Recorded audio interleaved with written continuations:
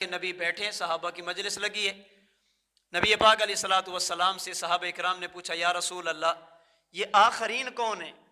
اللہ فرماتے میں نے اپنے نبی کو امیین کے لیے بھی نبی بنایا اور آخرین کے لیے بھی نبی بنایا۔ یہ آخرین کون ہیں؟ اللہ کے نبی کے پاس حضرت سلمان فارسی بیٹھے تھے رضی اللہ تعالی عنہ۔ اللہ کے نبی نے ان کے کندھے پر یا اللہ کے نبی نے ان کی ران پر ہاتھ مارا۔ اب آگے حدیث کی کتابوں میں 3 جملے ملتے ہیں، لو کان الایمان، لو کان الدین، لو کان العلم بالثریا۔ اللہ کے نبی نے فرمایا کہ اگر ایمان، اگر دین، اگر علم ثریا ستارے تک بھی چلا گیا، اس کی نسل میں سے ایک آدمی آئے گا جو دین کو وہاں سے لے کر میری امت کے حوالے کرے گا۔ امام ابن حجر مکی رحمۃ اللہ علیہ شافعی ہیں، وہ لکھتے ہیں، امام سیوطی رحمۃ اللہ علیہ شافعی ہیں، وہ لکھتے ہیں، حضرت شاہ ولی اللہ محدث دہلوی حنفی ہیں، وہ لکھتے ہیں، نواب صدیق حسن خان غیر مقلد اور اہل حدیث ہیں، وہ بھی لکھتے ہیں۔ اللہ کے نبی نے اس حدیث میں جس بندے کے بارے میں بات کی ہے، ابو حنیفہ مصداق ھذا الخبر، قرآن اور حدیث کی طرف جاتے ہیں، فقہ کی طرف جاتے ہیں، اپنے بزرگوں کی ان باتوں کی طرف جاتے ہیں جن کی تائید میں قرآن اور نبی کریم صلی اللہ علیہ وسلم کا فرمان موجود ہے۔ اگر یہ بات سمجھ آ جائے تو اگلی بات جو میں نے آخر میں جا کر سمجھانی ہے اسے سمجھنا کوئی مشکل نہیں ہوگا کہ ہم نے دین کن لوگوں سے لینا ہے اور کن لوگوں سے سیکھنا ہے۔ دین کے بارے میں ہمارا اعتماد کن پر ہو، اس کی بنیاد یہ سورۃ البقرہ کی ابتدائی آیات ہیں۔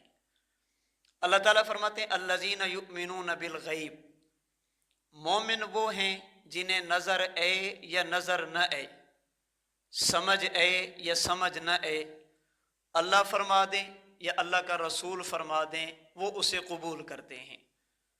میں اس پر سمجھانے کے لیے ایک مثال آنکھ کی، ایک مثال عقل کی دے دیتا ہوں کہ ہمارے حضرات، ہمارے بڑے جن کے واسطے سے دین ہم تک پہنچا، وہ اپنی آنکھ اور عقل پر اتنا اعتماد نہیں کرتے تھے جتنا قرآن اور حدیث پر، اللہ اور اللہ کے رسول پر، شریعت مطہرہ پر اعتماد کرتے تھے۔ اور یہ واقعات وہ ہیں جو دونوں مشہور ہیں۔ اللہ کے رسول صلی اللہ علیہ وسلم مکہ مکرمہ میں ہیں، نبوت کا اعلان کیا، ظلم کیے گئے، نبوت کا اعلان کیا، تکلیفیں دی گئی، صحابہ کرام کو ستایا گیا، اللہ کے نبی کی بیٹیوں کو طلاقیں دی گئی، صحابہ کرام نے 2 مرتبہ حبشہ کی طرف بھی ہجرت کر لی۔ اللہ کے نبی علیہ الصلاۃ والسلام نبوت کے اعلان کے بعد 11 سال گزار چکے ہیں۔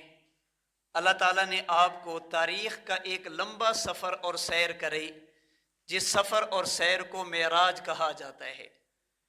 رات کے تھوڑے سے وقت میں اللہ کے نبی مکہ مکرمہ سے چلے مدینہ منورہ، وہاں سے چلے طور سینا، وہاں سے چلے مدین، وہاں سے چلے بیت اللحم، وہاں سے چلے مسجد اقصی، وہاں سے 7واں آسمان، سدرۃ المنتہا، شریف الاقلام، عرش معلیٰ تک پہنچے۔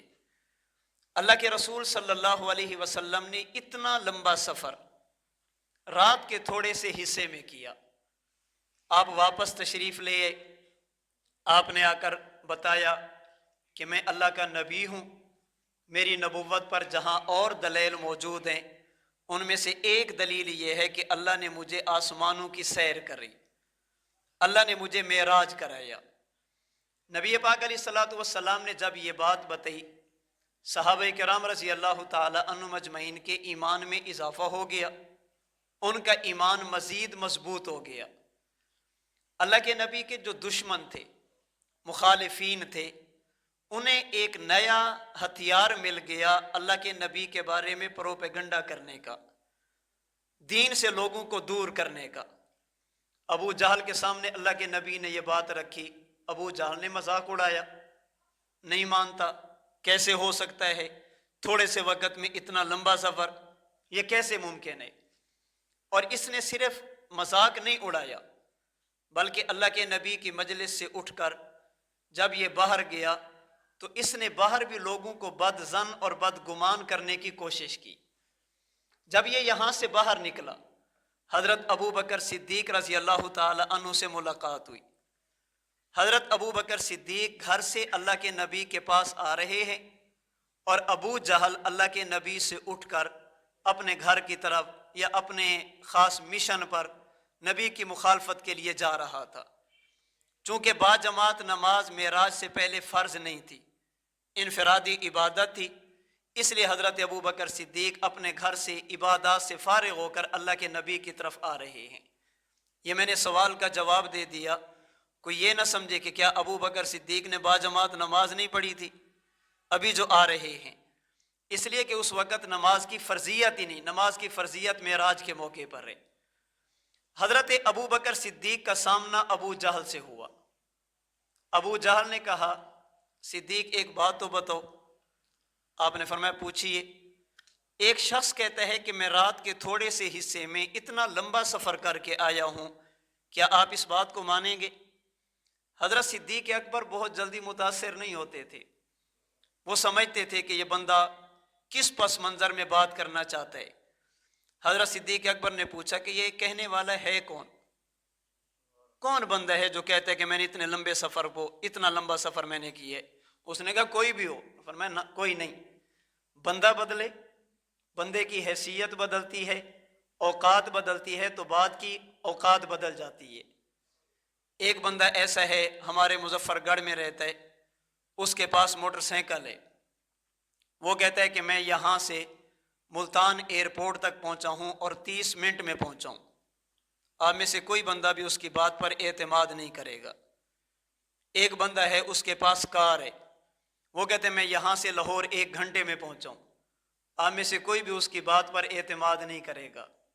ایک بندہ اس کے پاس ہیلی کاپٹر ہے، وہ کہتے ہیں میں یہاں سے کراچی 1 گھنٹے میں پہنچا ہوں، اب آپ اس کی بات کو مان لیں گے۔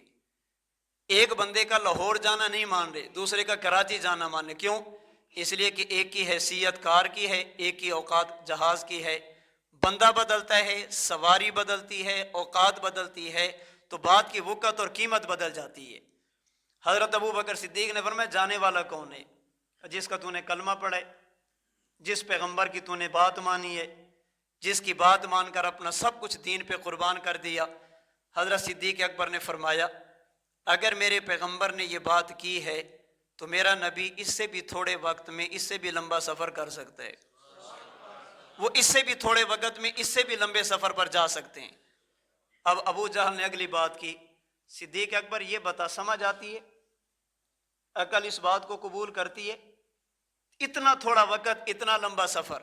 فرمایا نہیں، سمجھ نہیں آتی۔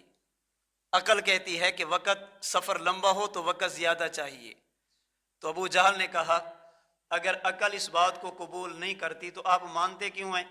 اب جو بات میں سمجھانے لگا تھا الذین یؤمنون بالغیب، حضرت صدیق اکبر نے ایک جملہ کہا، میں آسان لفظوں میں اسے اپنے ذوق میں کہتا ہوں۔ حضرت صدیق اکبر نے فرمایا کہ میری عقل کہتی ہے کہ ایسا نہیں ہو سکتا، لیکن میرا نبی کہتے ایسا ہوا ہے، میں پھر بھی مانوں گا، اس لیے کہ میں نے کلمہ عقل کا نہیں پڑھا، میں نے کلمہ حضور کا پڑھا ہے۔ میں نے نبی عقل کو نہیں مانا، سمجھ آئے گی تو مان لوں گا، نہیں آئے گی تو چھوڑ دوں گا۔ اسے ایمان کہتے ہیں، اسے فہم کہتے ہیں۔ سمجھ آئے گی تو مانوں گا، نہیں آئے گی تو نہیں مانوں گا، اسے ایمان نہیں کہتے۔ ایمان کا مطلب یہ ہے کہ اپنی سمجھ قربان کر دو، اللہ کے نبی کی بات کو کبھی نہ چھوڑو۔ جب نقل اور عقل کا ٹکراؤ آ جائے تو وہاں پر نقل کو ترجیح دے دو، عقل کو چھوڑ دو۔ یہ کامیاب بندے کی پہلی صفت ہے۔ بات آ گئی کچھ عرصہ قبل ہمارے ملک پاکستان کے ایک صحافی نے کسی قومی اخبار میں معراج کا واقعہ لکھا، معراج کا واقعہ لکھا، اور انہوں نے ایک بھائی ہنسے نا بار بار، چھوٹو میری طرف توجہ رکھیں، آپ اس کو اینک والے آپ ہنساتے ہیں، آپ کی بات سن کر یہ ہنستا ہے۔ اسے میں نے کہا بیان نہیں ہے، جلسہ نہیں ہے، تربیتی نشست رکھیے مولانا، اس کا معنی یہ ہے کہ کسی کو بات نہ کرنے دیں۔ ہاں ٹھیک، ناراض بھی نہیں ہونا، سمجھے یہ بات؟ ہاں 1 گھنٹے بعد پھر باتیں بھی کریں، ہنستے بھی رہیں، جزاکم اللہ۔ انہوں نے ایک جملہ لکھا، اور یہ جملہ ذوق کی بنیاد پر ہے. اور یاد رکھیے ذوق دلیل کا محتاج نہیں ہوتا، ذوق کو دلیل کی ضرورت نہیں ہوتی، بعض چیزیں ذوق سے تعلق رکھتی ہیں. انہوں نے ایک جملہ لکھا، ابو جہل کو اللہ کے نبی نے بتایا کہ میں معراج پر گیا. ابو جہل نے حضرت صدیق کو بتایا کہ جس نبی کا تو نے کلمہ پڑھا وہ نبی کہتے میں معراج پر گیا.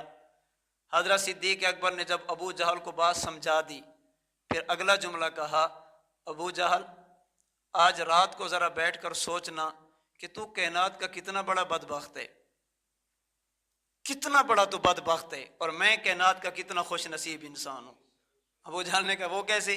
حضرت صدیق اکبر نے فرمایا اللہ کے نبی معراج پر گئے، یہ بات تو نے اللہ کے نبی سے سنی ہے، میں نے ابھی تک اللہ کے نبی سے نہیں، میں نے تجھ سے سنی ہے.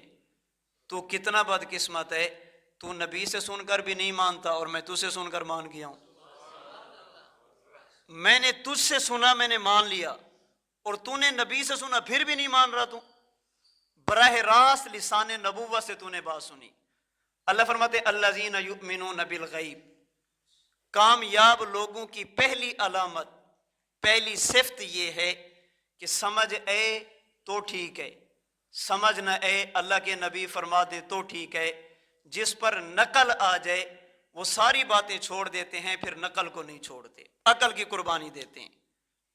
دوسرا واقعہ یہ بھی آپ نے سن رکھا ہے، اللہ کے نبی کا یہودی کے ساتھ جھگڑا ہو گیا، گھوڑے کے معاملے میں، خرید و فروخت کے معاملے میں، پیسوں کے لین دین کے معاملے میں. یہودی نے کہا کہ آپ مدعی ہیں، میں منکر ہوں، آپ کی شریعت کے مطابق آپ گواہ پیش کریں. سیدنا خزیمہ رضی اللہ تعالی عنہ تشریف لے گئے. آپ نے فرمایا یا رسول اللہ میں گواہی دیتا ہوں. اللہ کے نبی کے حق میں فیصلہ ہو گیا. نبی پاک علیہ الصلوۃ والسلام نے پوچھا خزیمہ آپ نے تو یہ واقعہ دیکھا ہی نہیں ہے، آپ نے تو یہ واقعہ، آپ تو واقعہ کے وقت موجود ہی نہیں تھے، آپ نے یہ سودا، یہ لین دین، یہ تجارت، یہ خرید و فروخت، یہ معاملہ آنکھ سے دیکھا نہیں، آپ نے کیسے مانا؟ بہقی کی روایت ہے، حضرت خزیمہ نے فرمایا یا رسول اللہ انی اصدقک بخبر السماء افلا اصدقک علی خبر الارض. یا رسول اللہ آپ آسمان کے اوپر کی باتیں بتائیں، ہم وہ مانتے ہیں، زمین کی کیسے نہیں مانیں گے؟ ہم نے کبھی خدا کو نہیں دیکھا، کس کے کہنے پہ مانا ہے؟ آپ کے کہنے پہ. ہم نے کبھی فرشتوں کو نہیں دیکھا، کس کے کہنے پہ مانا ہے؟ آپ کے. ہم نے جبریل کو نہیں دیکھا، آپ نے کہا ہے، میں نے کہا ٹھیک ہے. ہم نے 6 آسمان اس سے اوپر والے نہیں دیکھے، ہم نے آپ کے کہنے پہ مانا. ہم نے سدرۃ المنتہا نہیں دیکھا، ہم نے جنت نہیں دیکھی. اللہ کے نبی آپ آسمان کے اوپر کی باتیں بتائیں، ہم نے وہ مانی، زمین کی باتیں کیسے نہیں مانیں گے؟ اب جو بات میں اپنے ذوق میں سمجھانے لگا تھا، حضرت خزیمہ سے کہا گیا کہ آپ نے تو یہ معاملہ دیکھا ہی نہیں، پھر کیوں گواہی دی؟ فرمانے لگے اس لیے کہ میں نے کلمہ آنکھ کا نہیں پڑھا، میں نے کلمہ اللہ کے نبی کا پڑھا ہے. دیکھوں اور مان لوں اسے مشاہدہ کہتے ہیں، اسے ایمان نہیں کہتے. نظر نہ آئے اور اللہ کے نبی فرما دیں پھر بھی مان لوں، اسے ایمان کہتے ہیں. الذین یؤمنون بالغیب، کامیاب لوگوں کی پہلی علامت، جو باتیں سمجھ نہیں آتی وہ بھی مانتے ہیں، جو باتیں نظر نہیں آتی وہ بھی مانتے ہیں. آج دنیا میں کتنے جھگڑے، فلاں چیزیں ہمیں سمجھ نہیں آتی، فلاں چیزیں ہمیں نظر نہیں آتی، فلاں چیزیں ہم دیکھتے نہیں. اللہ کے رسول صلی اللہ علیہ وسلم کی متواتر کثیر تعداد میں روایات اور احادیث موجود ہیں. ام المومنین سیدہ عائشہ صدیقہ رضی اللہ تعالی عنہا فرماتی ہیں مجھے نہیں یاد اللہ کے نبی نے کوئی نماز پڑھی ہو اور آپ نے یہ دعا نہ مانگی ہو اللہم انی اعوذ بک من عذاب القبر. سید عائشہ فرماتے ہیں مجھے نہیں یاد. اللہ کے نبی جب بھی نماز پڑھتے، نماز کے بعد یہ دعا آپ کی ہر دعا کا حصہ ہوتی، اللہ مجھے قبر کے عذاب سے بچانا، اللہ مجھے قبر کے عذاب سے بچانا. یہ تعلیما للامت ہے. ہمارا عقیدہ ہے نبی دنیا میں معصوم ہوتا ہے، ہمارا عقیدہ ہے نبی سے قبر میں حساب کتاب نہیں ہوتا، ہمارا عقیدہ ہے نبی سے قیامت کے دن بھی حساب نہیں ہوگا. یہ اللہ کے نبی نے امت کو سمجھانے کے لیے کہ قبر کا معاملہ کتنا خطرناک ہے، کتنا سنگین ہے. اللہ کے نبی نے ہر وقت دعا مانگی ہے. اس کا معنی یہ کہ قبر میں کچھ ہوتا ہے نا، تبھی تو مانگیے. آج دنیا کیا کہتی ہے؟ ایسے بدبخت بھی میں نے سنے ہیں جو کہتے ہیں کہ اگر آگ ہے تو ہمیں نظر کیوں نہیں آتی، اگر جنت کی نعمتیں ہیں تو ہمیں نظر کیوں نہیں آتی. بابا نظر اے اور مان لیں، اس کو ایمان کہتے ہیں. اللہ نے کہا الذین یؤمنون بالغیب، مومنین. اور اللہ قرآن کی ابتدا کر رہے ہیں. پہلی بات، پہلی صفت کامیاب لوگوں کی پہلی علامت، اللہ فرماتے ہیں یہ وہ لوگ ہیں نظر اے یا نظر نہ اے، جب نبی کی بات آ جائے یہ نظر کو قربان کر دیتے ہیں، اللہ کے نبی کی بات کو کبھی نہیں چھوڑتے. جب اللہ کے نبی کہہ رہے، اور حضور خود فرما رہے ہیں لولا اللہ تدافنوا لدعوت اللہ ان یسمیکم من عذاب القبر. حضور فرماتے ہیں مجھے خدشہ ہے، مجھے ڈر ہے تم اپنی میتوں کو دفنانا چھوڑ دو گے. اگر یہ ڈر نہ ہوتا میں اللہ سے دعا مانگتا، جو قبر کی چیخیں میں سنتا ہوں اللہ تمہیں بھی سنا دیتے. یہ تو نبی نے واضح طور پر فرما دیا. وَلَوْ سَمِعَهَا لَصَائِقَ. نبی پاک علیہ الصلوۃ والسلام کا فرمان بخاری شریف میں فرمایا کہ جب میت کو تم لے کر جاتے ہو نا، یہ نیک ہو تو کہتے قدمونی قدمونی، جلدی چلو. اگر یہ فاسق ہو یا ویلھا این یذهبون، کہاں لے کر جا رہے ہو، ٹھہر جاؤ. اور اس کی آواز کو دنیا کی ہر مخلوق سنتی ہے، انسان اور جنات نہیں سنتے. فرمایا اگر انسان بھی سن لیں تو ان کے کلیجے پھٹ جائیں گے. اللہ نے یہ باتیں ہم سے پوشیدہ رکھی ہیں. کیوں؟ تاکہ یہ دیکھیں کہ کون ہے اللہ کے نبی پر ایمان لاتا ہے، کون ہے جو نبی کی بات پر اعتماد کرتا ہے، کون ہے جو نظر اور عقل کی طرف نہیں جاتا، اللہ کے نبی کے فرمان کی طرف جاتا ہے. اب دیکھیں ہم نے اللہ کو نہیں دیکھا، اللہ کو موجود مانتے ہیں. ہمارا عقیدہ ہے اللہ ہے، اللہ کو ہم مانتے ہیں. کبھی دیکھا ہے؟ اس کی بنیاد نظر نہیں ہے، اس کی بنیاد عقل نہیں ہے، اس کی بنیاد لسان نبوت ہے. اللہ کے نبی نے فرما دیا اللہ ہے، اس کا معنی یہ ہے کہ اللہ ہے. اگرچہ ہمارے حضرات نے عقلی دلائل بھی دیے ہیں، اور یہاں پہ علماء سمجھ لیں عقلی دلائل کا ہونا الگ چیز ہے، سمجھ کے نہ آنے پر بات کو چھوڑ دینا یہ الگ چیز ہے. ہمارے حضرات نے دلائل دیے ہیں خدا کے موجود ہونے پر. حضرت امام اعظم ابو حنیفہ نے باضابطہ مناظرے کیے ہیں، ان لوگوں سے گفتگویں کی ہیں جو اللہ کو نہیں مانتے تھے. امام فخر الدین رازی رحمۃ اللہ علیہ فرماتے ہیں امام ابو حنیفہ رحمۃ اللہ علیہ کان سیفاً علی الدہریۃ. امام ابو حنیفہ ان لوگوں کے لیے ننگی تلوار تھے جو خدا کے وجود کے قائل نہیں تھے. آپ دلائل کی دنیا میں ان کا کلا کما کرتے، دلائل کی دنیا میں ان کو جواب دیتے. آپ مسجد میں بیٹھیں تلواریں لے کر آگے حضرت امام صاحب کو قتل کرنے کے لیے. امام ابو حنیفہ رحمۃ اللہ علیہ فرمانے لگے اللہ نے آپ کو عجیب مزاج دیا تھا، بات سمجھانے کا عجیب سلیقہ دیا تھا. آپ مخالف کو بھی اس انداز سے بات سمجھاتے، اگر اس کی طبیعت میں ضد نہ ہوتی امام ابو حنیفہ کے دلائل کے سامنے وہ ہتھیار گرا دیتا، ہاتھ کھڑے کر لیتا. امام صاحب رحمۃ اللہ نے فرمایا کہ تلوار نہ اٹھاؤ، میرے ساتھ بیٹھ کر بات کرو، کیا مسئلہ ہے؟ امام ابو حنیفہ سے انہوں نے بات کرنا شروع کی. فرمایا کہ مجھے ایک بات سمجھ نہیں آ رہی، ایک مسئلہ سمجھ نہیں آ رہا، وہ مجھے سمجھا دیں، اس کے بعد تم سے بات کرتا ہوں. کیا؟ امام صاحب فرمانے لگے کہ ایک آدمی کہتا ہے میں سمندر پہ گیا، میں نے سمندر میں سفر کرنا تھا، دریا کے ایک سائڈ سے دوسری سائڈ پہ جانا تھا، لیکن وہاں پر پل بھی نہیں ہے، کشتی بھی نہیں ہے. اچانک میں نے دریا سمندر کے قریب ایک درخت دیکھا، وہ خود بخود کٹنا شروع ہو گیا، اسے کوئی بھی کاٹنے والا نہیں. پھر اس کے پھٹے بننا شروع ہو گئے، پھر وہ پھٹے آپس میں ملنا شروع ہو گئے. دیکھتے ہی دیکھتے میری آنکھوں کے سامنے کشتی تیار ہو گئی، اور وہ کشتی خود بخود دریا میں گئی. ایک کنارے سے سواریاں اٹھاتی ہے، دوسرے کنارے پہ اتارتی ہے، ادھر سے سواریاں اٹھاتی ہے، ادھر اتارتی ہے. تو وہ لوگ کہنے لگے ابو حنیفہ ہم تو آپ کو بہت سمجھدار سمجھتے تھے، یہ کیسے ہو سکتا ہے کہ درخت کو کاٹنے والا کوئی نہ ہو خود کٹ جائے، کشتی بنانے والا کوئی نہ ہو خود بن جائے، چلانے والا کوئی نہ ہو خود چلے. امام ابو حنیفہ فرمانے لگے اگر یہ بات سمجھداروں والی نہیں پھر تم بھی ذرا سمجھداری سے کام لو. چھوٹی سی کشتی خود نہیں بنتی جب تک بنانے والا نہ ہو. اتنی بڑی کائنات خود کیسے بن گئی ہے؟ چھوٹی سی کشتی خود نہیں چلتی جب تک چلانے والا نہ ہو. یہ پوری کائنات کیسے چل رہی ہے؟ اس کا معنی یہ ہے کشتی اس وقت بنے گی جب کوئی بنانے والا ہو، اس وقت چلے گی جب کوئی چلانے والا ہو. تو زمین و آسمان بھی اس وقت بنیں گے جب کوئی بنانے والا ہو، اس وقت چلیں گے جب کوئی چلانے والا ہو. کشتی بنانے والے کو مستری، درخان، چلانے والے کو ملا کہتے ہیں. اور کائنات کے نظام بنانے اور چلانے والے کو اللہ اور خدا کہتے ہیں۔ امام راضی رحمۃ اللہ علیہ فرماتے فَأَسْلَمُوا عَلَى يَدِهِ، ان کو بات سمجھی، انہوں نے کہا حضرت ہم آپ کے ہاتھ پر کلمہ پڑھتے ہیں۔ امام ابو حنیفہ رحمۃ اللہ علیہ کی بات چل پڑی۔ رسول اللہ صلی اللہ علیہ وسلم کا مبارک فرمان ہے، اللہ تعالیٰ نے اپنے نبی پر سورۃ الجمعہ کی آیتیں اتاری، هو الذی بعث فی الأمیین رسولا منہم، اگلی آیت وآخرین منہم لما یلحقوا بہم۔ امام صاحب رحمۃ اللہ، حضرت اللہ کے نبی بیٹھے، صحابہ کی مجلس لگی ہے، نبی پاک علیہ الصلوۃ والسلام سے صحابہ اکرام نے پوچھا یا رسول اللہ یہ آخرین کون ہیں؟ اللہ فرماتے میں نے اپنے نبی کو امیین کے لیے بھی نبی بنایا اور آخرین کے لیے بھی نبی بنایا۔ یہ آخرین کون ہیں؟ اللہ کے نبی کے پاس حضرت سلمان فارسی بیٹھے تھے رضی اللہ تعالی عنہ۔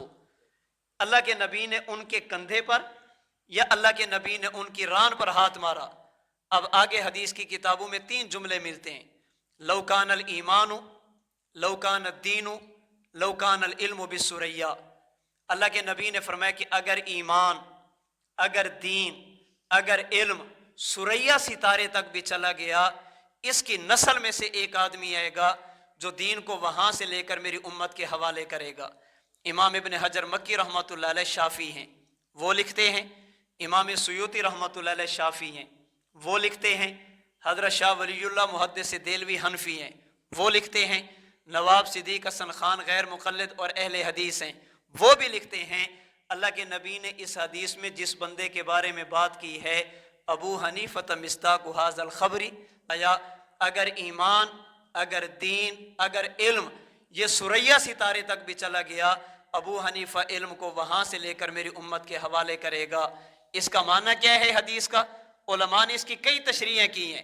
اس کا ایک معنی، ہمارے ہاں اگر کوئی چیز مہنگی ہو جائے، ہر بندہ خرید نہ سکے، تو کہتے ہیں فلاں چیز کی قیمت آسمان پر چلی گئی، فلاں چیز کا تو کچھ نہ پوچھو، آج کل تو وہ آسمان سے باتیں کرے۔ اس کا معنی ہر کسی کی پہنچ نہیں، ہر کوئی خرید نہیں سکتا۔ اہل عرب اگر کسی مسئلے کے بارے میں یہ بتانا چاہیں، اس بات کو ہر بندہ نہیں سمجھ سکتا، ہر بندے کی پہنچ وہاں تک نہیں، ہر بندے کی عقل وہاں تک نہیں پہنچ سکتی۔ اہل عرب کہتے فلاں مسئلہ ثریا تک چلا گیا، کیا معنی؟ ہر بندے کا دماغ وہاں تک نہیں پہنچ سکتا۔ اب اللہ کے نبی کے فرمان کا مطلب یہ ہے، اگر میری امت کو ایسے مسئلے پیش آ گئے جہاں تک کسی کا بھی دماغ نہیں جائے گا، اللہ سلمان کی نسل میں سے ایک آدمی کو کھڑا کریں گے جس کا دماغ وہاں تک پہنچے گا جہاں تک کسی کا نہیں پہنچے گا۔ اس سے مراد امام ابو حنیفہ ہیں، اور امام صاحب کی عقل وہاں تک جاتی تھی جہاں تک کسی کی بھی نہیں جاتی تھی۔ امام ابو حنیفہ رحمۃ اللہ علیہ بیٹھے پڑھا رہے ہیں، سامنے 14 سال کا بچہ، 13 سال کا نوجوان امام ابو حنیفہ کی مجلس میں آ کر کہتے حضرت مجھے مسئلہ بتائیں۔ فرمایا بیٹا پوچھو۔ ایک آدمی نے عشاء کی نماز پڑھی، نماز پڑھ کر سو گیا، ابھی عشاء کی نماز کا وقت باقی تھا، اس بندے پر غسل فرض ہو گیا، اب یہ غسل کر کے عشاء دوبارہ پڑھے یا پہلے والی کافی ہے؟ امام ابو حنیفہ نے فرمایا عشاء دوبارہ پڑھے۔ یہ بچہ خوش ہو کر چلا گیا، امام صاحب کو جزاک اللہ خیرہ کا چلا گیا۔ شاگردوں نے امام صاحب کو ایسے دیکھنا شروع کیا جیسے آپ مجھے دیکھ رہے ہیں، تعجب ہو رہا ہے نا۔ امام صاحب سمجھ گئے، امام صاحب نے فرمایا جی ابو یوسف کیا مسئلہ ہے؟ استاد جی مسئلہ غلط بتایا آپ نے۔ میں نے ٹھیک بتایا؟ استاد جی ہم تو عشاء پڑھ کے سو جاتے ہیں، غسل فرض ہو جائے ہم تو عشاء دوبارہ نہیں پڑھتے۔ فرمایا میں نے آپ کو کہا بھی نہیں ہے، میں نے آپ کو کہا دوبارہ پڑھو۔ انہوں نے کہا استاد جی آپ نے مسئلہ بتایا کہ عشاء پڑھ کے سو گیا، ابھی عشاء کا وقت باقی تھا، رات 2 بجے 3 بجے، آج کل 4 بجے تک چلے جائیں، اذانیں 5 کے بعد ہوتی ہیں، 4 بجے اس پر غسل فرض ہو گیا، تو آپ نے کہا کہ غسل کرے اور عشاء دوبارہ پڑھے۔ امام ابو حنیفہ رحمۃ اللہ علیہ فرمانے لگے اس بچے کا میں نے سوال سنا، مجھے ایک بات سمجھ آئی ہے، یہ بچہ ذہین بھی ہے شرمیلا بھی ہے، ذہین بھی بلا کا ہے اور حیادار بھی ہے، بے حیا نہیں ہے۔ اس بچے نے اپنے بارے میں مسئلہ پوچھا کہ استاد جی میں نے عشاء پڑھی تھی، عشاء پڑھ کے سو گیا تو میں نابالغ تھا، رات سویا تو میں بالغ ہو گیا، عشاء کا وقت باقی تھا میں بالغ ہو گیا۔ تو میں نے اس کو مسئلہ سمجھایا بیٹا جب آپ نے پڑھی تھی تو آپ پر فرض نہیں تھی، جب فرض ہوئی ہے تو نماز کا وقت باقی ہے، اس لیے غسل کرو اور نماز دوبارہ پڑھو۔ پھر امام صاحب فرمانے لگے اس بچے کے سوال جواب فہم اور سمجھ، حیا اور پاک دامنی سے میں یہ سمجھا ہوں قد یفلح ھذا الصبی انشاءاللہ، میرا وجدان کہتا ہے یہ بچہ بڑا ہو کر دین کی بہت بڑی خدمت کرے گا، اللہ نے اس کو ضائع نہیں کرنا۔ یہ بچہ کون ہے؟ چند دن گزرے، والد اس کی انگلی پکڑ کر امام صاحب کے پاس لے آیا، میرے بیٹے کو پڑھائیں۔ امام ابو حنیفہ رحمۃ اللہ نے فرمایا حافظ ہے؟ کہا نہیں حافظ تو نہیں ہے۔ فرمایا میری درس گاہ میں داخلے کی پہلی شرط یہ ہے میں داخلہ اسے دیتا ہوں جو قرآن کا حافظ ہو۔ آج دنیا کہتے ابو حنیفہ کو قرآن کا کیا پتہ، ابو حنیفہ کو قرآن کا کیا پتہ؟ جو رمضان المبارک میں 61 مرتبہ قرآن مکمل کرے اسے قرآن کا پتہ نہیں ہے، اور جسے دیکھ کر ناظرہ پڑھنا بھی نہ ہے وہ بھی کہتا ابو حنیفہ کو قرآن کا کیا پتہ۔ امام صاحب نے فرمایا میری درس گاہ میں داخلے کی پہلی شرط حافظ، اس لیے کہ میں قرآن نہیں پڑھاتا، حدیث پڑھاتا ہوں، فقہ پڑھاتا ہوں، تفسیر پڑھاتا ہوں، یہ علوم پڑھاتا ہوں۔ یہ چلا گیا، 7 دن کے بعد بچہ اکیلا آ گیا، حضرت مجھے داخلہ دیں۔ فرمایا بیٹا میں نے آپ کے والد سے بھی کہا تھا حفظ کرو پھر آنا، فرمایا 7 دن میں مکمل قرآن یاد کر کے آیا ہوں۔ اسی کے بارے میں امام صاحب نے کہا قد یفلح ھذا الصبی انشاءاللہ، میرا وجدان کہتا ہے، میری نظر کہتی ہے یہ بچہ بڑا ہو کر دین کا بہت بڑا کام کرے گا۔ یہ بچہ کون؟ امام صاحب کے پاس پڑھنا شروع کیا، پھر امام صاحب رحمۃ اللہ علیہ سے علم لیا، آگے کتابیں لکھی، کتاب کا نام ہے سیر صغیر، کتاب کا نام ہے سیر کبیر۔ یہ کتابیں لکھی، ایک غیر مسلم مورخ جس کا کام ہے مارکیٹ سے کتابیں لینا پھر ان پر اعتراض کرنا، تمہاری کتاب میں یہ لکھا ہے، تمہاری کتاب میں یہ لکھا ہے، تمہاری کتاب میں یہ لکھا ہے، تمہاری کتاب میں، جیسے بعض لوگ فضائل عمل لیتے اس لیے تاکہ اعتراض کریں، یہ لکھا ہے، یہ لکھا ہے، یہ لکھا ہے، وہ ہدایت کے لیے نہیں لیتے، ان کا مقصد ہی یہی ہوتا ہے۔ امام صاحب رحمۃ اللہ علیہ کا یہ شاگرد سیر صغیر سیر کبیر لکھی، اس بندے نے کتاب لی، چند دن، 3 دن 4 دن 5 دن گزرے، کلمہ پڑھ کے مسلمان ہو گیا۔ کسی نے پوچھا کہ ظالم تیرا کام تو لوگوں کو دین سے دور کرنا تھا، خود دین پہ آ گیا۔ اس نے کہا میں نے ایک کتاب پڑھی ہے سیر صغیر، لکھنے والا ہے ابو حنیفہ کا شاگرد امام محمد بن حسن شیبانی۔ میں یہ کتاب پڑھتا جاتا اور میرے دل سے اندر سے ایک آواز نکلتی ھذا علم محمدکم الصغیر فکیف علم محمدکم الکبیر، جس امت کا چھوٹا محمد یہ ہے اس امت کا بڑا محمد کیسا ہوگا۔ امام صاحب کی عقل کہاں تک گئی ہے، امام صاحب کا دماغ کہاں تک پہنچے۔ امام صاحب رحمۃ اللہ علیہ بیٹھے، ایک آدمی آیا، آ کر امام صاحب سے کہتے ہیں امام صاحب ابی واوین ام بواوین، ابی واوین ام بواوین۔ امام صاحب نے فرمایا بواوین۔ اس نے کہا بارک اللہ فیک کما بارک فی لا ولا۔ امام صاحب نے فرمایا آمین۔ یہ چلا گیا۔ شاگردوں نے کہا استاد جی اس نے کیا پوچھا ہے ہمیں کوئی پتہ نہیں، آپ نے کیا جواب دیا ہمیں کوئی پتہ نہیں، اس نے دعا کیا دی ہے ہمیں کوئی پتہ نہیں، ہمیں تو صرف آمین ہی سمجھ آئیے۔ اب امام صاحب کی مجلس میں بیٹھنے والے عام لوگ نہیں تھے، وہ تھے جو وقت کے فقہا تھے، ان کو سمجھ نہیں آئی۔ اللہ کے نبی نے کہا اس بندے کا دماغ وہاں تک جائے گا جہاں تک کسی کا بھی دماغ نہیں جائے گا۔ امام صاحب نے فرمایا اس نے مجھ سے مسئلہ پوچھا ابی واوین ام بواوین۔ یہ جو التحیات ہے حدیث کی کتابوں میں یہ التحیات 2 قسم کا ہے، التحیات للہ والصلوات والطیبات، والصلوات اس کے شروع میں واو، والطیبات اس کے شروع میں واو۔ دوسرا اسے کہتے تشہد ابن مسعود۔ دوسرا التحیات، التحیات للہ والصلوات الطیبات، اس میں والطیبات کے شروع میں واو نہیں ہے، اسے کہتے تشہد ابن عباس رضی اللہ عنہما۔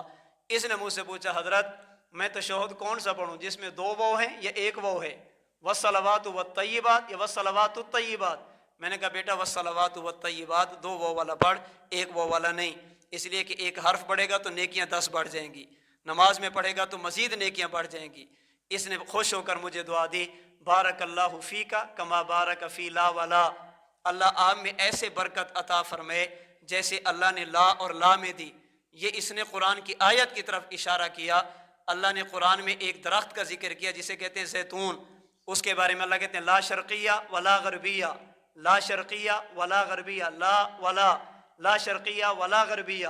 اس آیت کا ایک معنی یہ ہے یہ درخت ایسا ہے جس جیسا درخت مشرق میں بھی نہیں، اس جیسا درخت مغرب میں بھی نہیں۔ اس نے مجھے دعا دی ابو حنیفہ بارک اللہ فیک کما بارک فی لا ولا، ابو حنیفہ اللہ آپ کے علوم میں ایسی برکت دے جیسے خدا نے زیتون کے درخت میں دی ہے، اس جیسا دنیا میں درخت نہیں ہے، تجھ جیسا دنیا میں امام نہ ہو۔ میں نے کہا آمین۔ پھر اللہ نے دعا ایسی قبول کی، عبداللہ بن مبارک جیسا بندہ جو امام بخاری کا دادا استاد ہے، امام بخاری کے استاد کا بھی استاد ہے، اور امام بخاری جن استادوں پر ناز کرتے ہیں، جس سند پر ناز کرتے ہیں، ان میں ایک عبداللہ بن مبارک بھی ہے۔ امام عبداللہ بن مبارک امام ابو حنیفہ کے شاگرد ہیں۔ فرماتے فما بالمشرقین لہو نذیر ولا بالمغربین ولا بکوفہ، میں علم حدیث پڑھنے کے لیے پوری دنیا گھوما ہوں، لیکن مجھے ابو حنیفہ جیسا استاد دنیا میں نہیں ملا۔ اللہ نے ایسے دعا کو قبول فرمایا۔ خیر، جو بات میں سنانا چاہ رہا تھا، امام صاحب سمجھاتے کیسے تھے؟ امام صاحب کو بتایا کہ حضرت آپ کے محلے میں ایک آدمی ہے جو صحابہ کرام کے بارے میں اچھا ذہن نہیں رکھتا، بالخصوص اللہ کے نبی کے دوہرے داماد سیدنا عثمان ذو النورین کے بارے میں بڑی غلط سوچ رکھتا ہے اور اس کا اظہار بھی برملا کرتا ہے۔ حضرت امام ابو حنیفہ رحمۃ اللہ نے پوچھا وہ کیا کہتا ہے؟ کہا حضرت وہ کہتے ہیں حضرت عثمان قرآن کے حافظ تھے، حضرت عثمان قرآن کے قاری تھے، حضرت عثمان نمازی تھے، حضرت عثمان تہجد گزار تھے، حضرت عثمان مجاہد تھے، یہ ساری خوبیاں ان کے اندر تھی، لیکن حضرت عثمان اوپر سے مسلمان تھے، اندر سے مسلمان نہیں تھے، دل میں کچھ تھا، زبان پر کچھ تھا۔ امام صاحب نے پیغام بھیجا، اس کو بلایا بھی، آپ مجھے نماز کے بعد ملنا۔ آ گیا، فرمایا میں نے سنا ہے کہ آپ کے گھر میں بیٹی جوان ہے۔ جی حضرت بالکل صحیح سنا ہے۔ آپ نے بیٹی کا رشتہ کرنا ہے؟ جی حضرت بالکل کرنا ہے۔ میں نے آپ کی بیٹی کے لیے ایک رشتہ دیکھا ہے، میں آپ کی بیٹی کے لیے ایک لڑکا دیکھ چکا ہوں۔ اس نے کہا حضرت اس سے میری بڑی سعادت کیا ہوگی کہ میری بیٹی کے لیے رشتے کا انتخاب آپ کریں۔ فرمایا نہیں، پہلے سن لو کہ آپ کا ہونے والا داماد ہے کیسا۔ میں نے کہا حضرت سننے کی ضرورت نہیں، مجھے آپ کے انتخاب پر اعتماد ہے۔ فرمایا پہلے سن لو، آپ کا ہونے والا داماد قرآن کا حافظ، قرآن کا قاری، عالم، تہجد گزار، عبادت گزار، صوم و صلات کا پابند ہے،